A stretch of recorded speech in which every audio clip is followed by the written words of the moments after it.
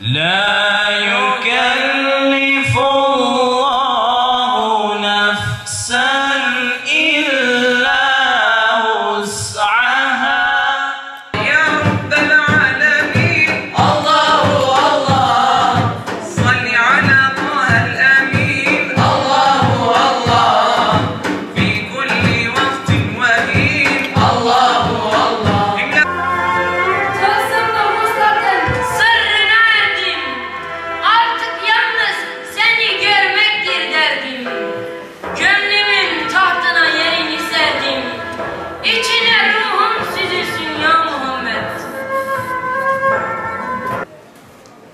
Nitekim Cenab-ı Allah وَلَكُمْ فِي رَسُولِ اللّٰهِ اُسْوَةٌ حَسَنًا Sizin için Resulullah sallallahu aleyhi ve sellem en büyük örnek ve numunedir.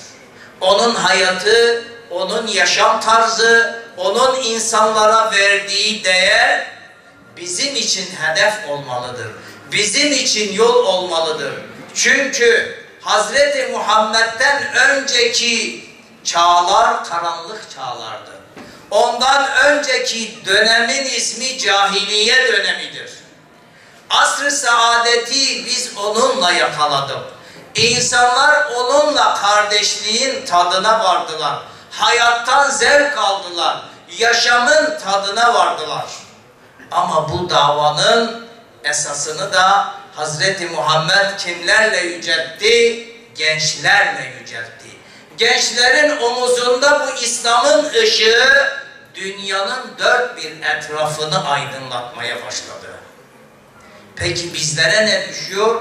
Bizlere eğer anne baba isek, eğer yönetici isek, eğer büyük bir konumda isek, gençlerimizi Hazreti Muhammed'in gençlere verdiği değer ile, verdiği eğitim ile yetiştirmek boynumuzun burcudur.